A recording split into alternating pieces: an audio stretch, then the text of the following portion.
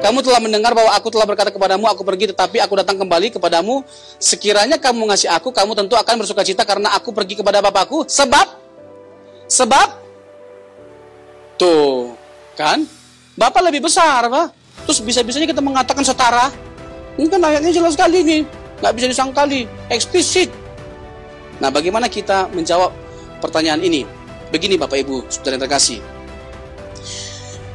Konteks ini itu harus dihubungkan dengan inkarnasi Tuhan Yesus. Inkarnasi Tuhan Yesus. Dan Filipi pasal 2 ayat 6 sampai 8, kenosis, Yesus yang adalah Allah mengosongkan diri. Dalam konteks inkarnasinya, dalam konteks kenosisnya, pengosongan dirinya, wajar Yesus itu lebih rendah daripada Bapa. Bahkan dia bukan hanya lebih rendah daripada Bapa, bahkan dari malaikat dia pun lebih rendah dalam waktu seketika. Ibrani 2 ayat 9. Dari malaikat bahkan dia lebih rendah. Jadi bagaimana kita bisa memahami hal ini? Hal ini hanya bisa terpahami kalau kita melihat inkarnasi, ya, kasus kenosis. Yesus yang adalah Allah yang mengosongkan diri. Dalam konteks pengosongan dirinya, dia bukan hanya lebih rendah daripada Bapa, bahkan dari malaikat. Boleh dibuka Ibrani 2 ayat 9. Tetapi dia yang untuk waktu yang singkat dibuat sedikit lebih rendah daripada malaikat-malaikat. Jadi bukan hanya dari Bapa dia lebih rendah, bahkan dari malaikat. Kapan dia lebih rendah? Pada waktu inkarnasi, waktu kenosis, waktu dia mengosongkan dirinya, menjelma menjadi manusia. Bisa dipahami? Ya, mudah dipahami? Mudah ya. Yang kedua, ya, Yesus menyebut Bapa itu sebagai Allahnya. Allahku dan Allahmu.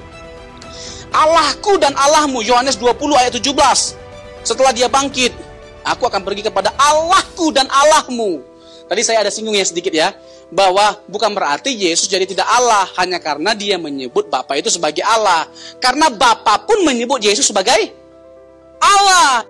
Ibrani 1 ayat 8, tentang anak ia berkata, tahtamu ya Allah. Bapa pun menyebut Yesus itu adalah Allah. Bapa aja menyebut Yesus itu Allah. Kok bisa-bisanya kita manusia menyangkali Yesus itu Allah? Emosi ya. Itu yang kedua. Yang ketiga, kata yang sulung. Yuk, Kolose 1 ayat 15. Kolose 1 ayat 15. Boleh dibuka ayatnya? Ini agak ribet ya, tapi saya jelaskan secara sederhana. Coba perhatikan. Oke Bapak Ibu ya. Ia adalah gambar Allah yang tidak kelihatan, yang sulung, lebih utama dari segala yang diciptakan. Saksi Yehova memakai ayat ini untuk menunjukkan, membuktikan bahwa Yesus itu diciptakan. Ada nggak kata yang sulung? Ada? Nah, kata yang sulung ini menunjukkan sebelum Allah menciptakan segala sesuatu, dia ciptakan dulu Yesus. Dia sebagai yang pertama diciptakan. Setelah Yesus diciptakan, nanti melalui Yesuslah segala sesuatu diciptakan. Nah, pertanyaannya, benarkah demikian? Benarkah demikian? Loh, ayatnya jelas, Pak. Hah? Yesus diciptakan kan? Semua juga orang bisa jawab begitu, Pak. Ya, enggak. Ya, betul. Ia adalah gambar Allah yang tidak kelihatan, yang sulung. Kata yang sulung dalam bahasa aslinya prototokos. Sama-sama katakan dengan saya, prototokos. Prototokos. Terakhirnya dong yang jelas. Prototokos. Sekali lagi, prototokos. Nah, minimal kita sudah punya satu bahasa asli, bahasa Yunani. Nanti kalau jelas sama orang, tapi jangan langsung paten tengkon. Menurut bahasa asli, kata yang sulung prototokos. Biasa aja, Pak. Nggak usah lebay. Nah, kata yang sulung dalam bahasa asli prototokos artinya keunggulan. Sama-sama katakan dengan saya keunggulan. Sama-sama katakan dengan saya keunggulan. Jadi, penulis Kolose, yaitu Paulus, hendak menekankan bahwa Yesus itu lebih unggul, lebih superior dari segala ciptaan yang ada. Tidak ada yang lebih unggul daripada Yesus. Dia yang paling unggul dari semua ciptaan yang ada.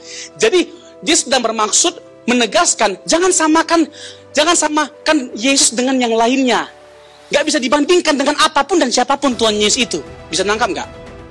Nah, kata yang sulung ini nggak boleh dipahami dalam pengertian matematika atau numerik satu atau yang pertama. Kenapa? Nanti bermasalah di ayat 18. Coba ayat 18. Ayat 18. Ialah kepala tubuh, yaitu jemaat. Ialah yang sulung, yang pertama bangkit dari antara orang mati, sehingga ia yang lebih utama dalam segala. Sekarang saya mau tanya, ada nggak kata yang sulung? Ada?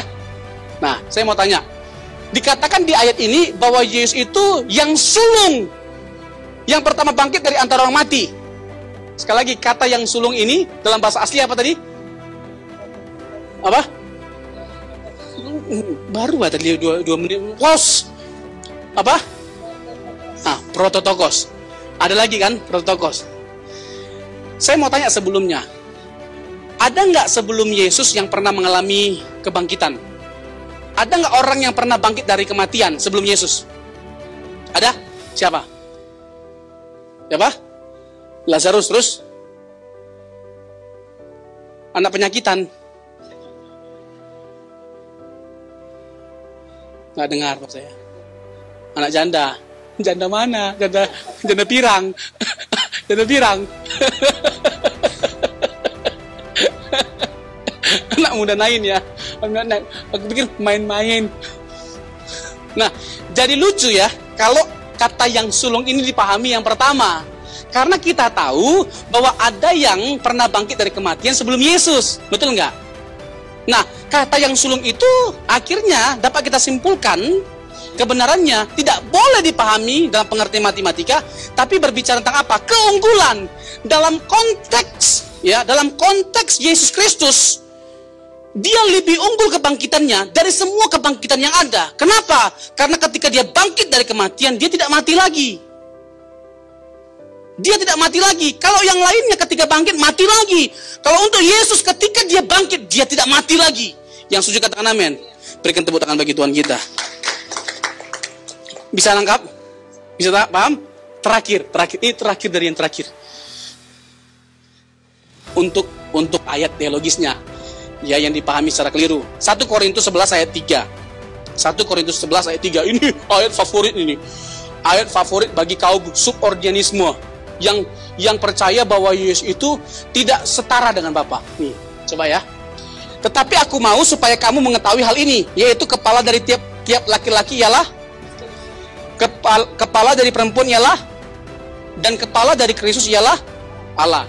Saya mau tanya dulu, ibu-ibu, setuju nggak bahwa kepala rumah tangga itu laki-laki? Setuju nggak imam itu adalah laki-laki? Atau ada DKI di sini? Di bawah ketua istri, suami-suami. Setuju ya, kepala itu adalah suami. Dalam hal fungsi kan itu? Dalam hal fungsi memang laki-laki atau pria lebih tinggi, betul nggak? Bukan dalam hal esensi, bukan dalam hal hakikat. Kalau dalam hal hakikat, setara nggak istri sama suami? Setara nggak? Dalam hal fungsi? Tidak setara, karena suami adalah kepala. Tapi dalam hal esensi hakikat, setara nggak? Setara. Jadi jangan dipakai ayat ini untuk menunjukkan bahwa Yesus tidak setara. Ngaco. Ini konteksnya rumah tangga. Jadi dalam hal fungsi, betul Yesus tidak setara dengan Bapa, karena dia sedang berinkarnasi. Tidak sederajat, karena dia sedang berinkarnasi, berkenosis. Tapi dalam hal esensi, hakikat, sama nggak dia? Setara nggak dia?